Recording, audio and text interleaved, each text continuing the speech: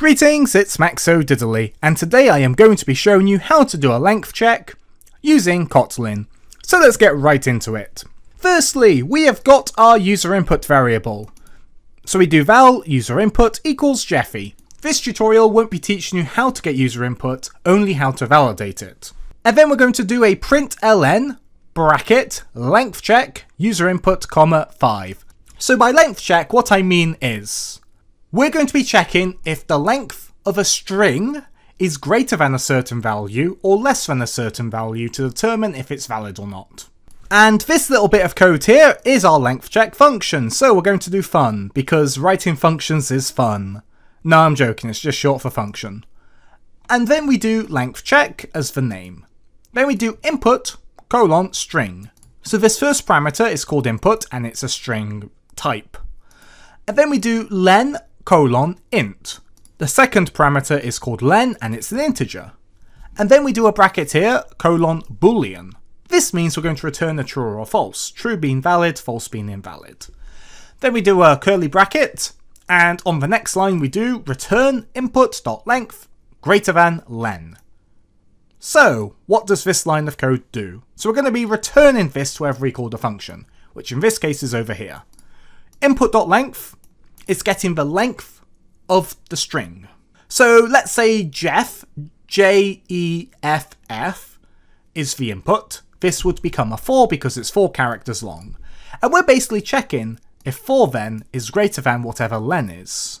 So if it was 5, 4 is not greater than 5, therefore this becomes false. Let's say we did Jeffy, like up here, then this would become a 6 because there are 6 characters in Jeffy.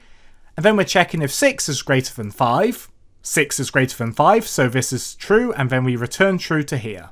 That's basically what's going on, but what you can also do is you can then flip them around. So now we're checking if input.length is actually less than the length we're specifying.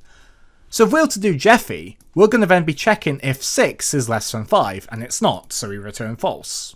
But let's say it was just Jeff, so it's 4 characters, then this would be 4, and we're checking if 4 is less than 5, 4 is less than 5.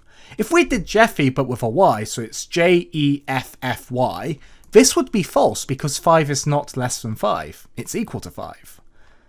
So this becomes a false again. But for now, we're going to do it the other way around. We're going to be checking if the length is greater than a certain value. And that's it. So basically, back in our main function, we do println, then we do a bracket, then we type a length check, then we do a bracket, we do user input, we do comma, then we do 5, bracket, bracket. So we're passing the user input, which is this value here. And the 5 is going to be the value we want our input to be greater than. It could also be the value you want your input to be less than. You can customize what's in here. But we're doing greater than for now. So let's hit save and then hit play.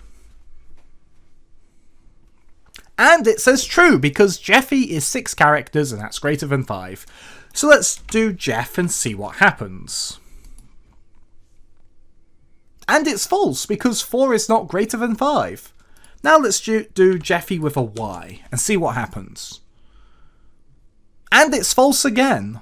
Now let's change this to 2 characters. So that's the minimum size of our input length.